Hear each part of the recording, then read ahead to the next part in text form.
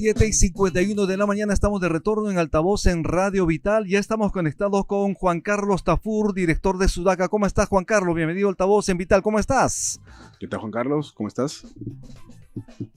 Juan Carlos, precisamente queremos conversar con él sobre esta situación de las AFPs. Es importante saber su opinión al respecto. ¿Cómo estás, Juan Carlos? Bienvenido a Altavoz. ¿Cómo te va?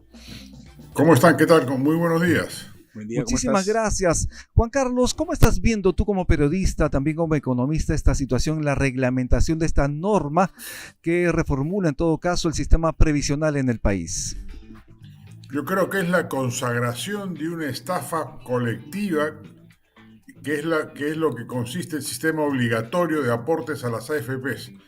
Mientras no se resuelva la obligatoriedad, cualquier reforma que se haga al respecto cae por su propio peso, es irrelevante, porque lo que está ocurriendo en la práctica es una succión de rentabilidades de la clase media y la clase que aporta a las AFPs a favor de 4 grandes grupos financieros. En esa medida, la reforma lo único que hace es consagrar ese sistema. Es más, lo extiende a los trabajadores independientes, quienes por propia vocación han elegido no estar trabajando en planilla por justamente los costos que existen en las planillas para trabajar. Sin embargo, esta reforma hecha de la mano con los grandes grupos empresariales consagra ese sistema de succión de rentas.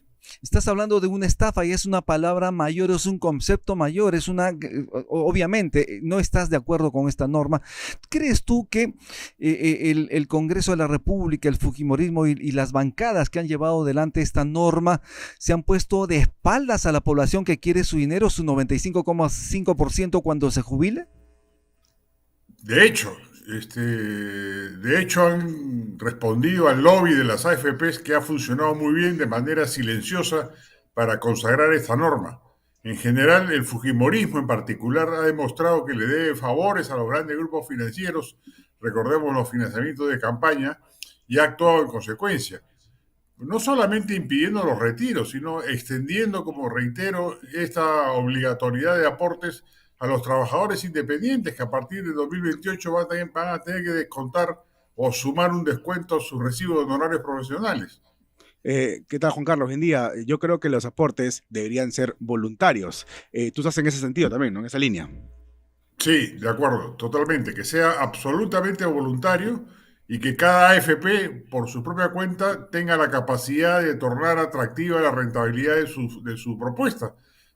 Si cada quien decide afiliarse, y es verdad que las AFPs generan rentabilidades interesantes para los aportantes, pues que compitan y que la gente decida si aporta a la AFP, si aporta a la ONP o no aporta a ningún lado.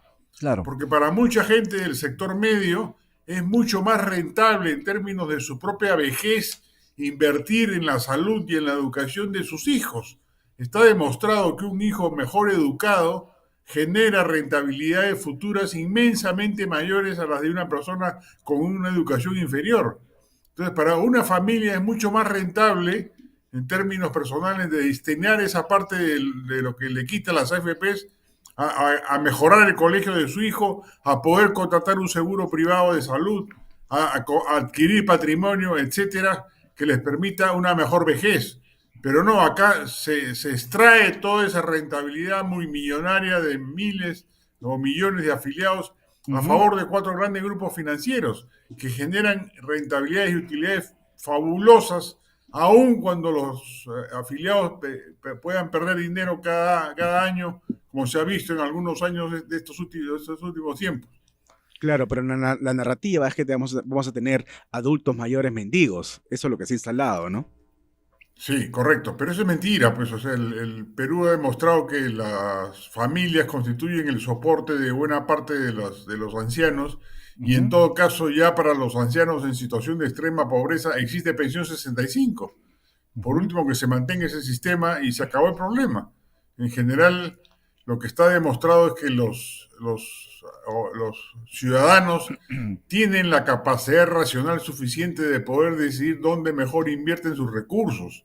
Entonces, para un padre de familia es mucho más rentable invertir, reitero, en la educación, en la salud o en el patrimonio, adquirir un bien que le permita tener mayor tranquilidad para su vejez.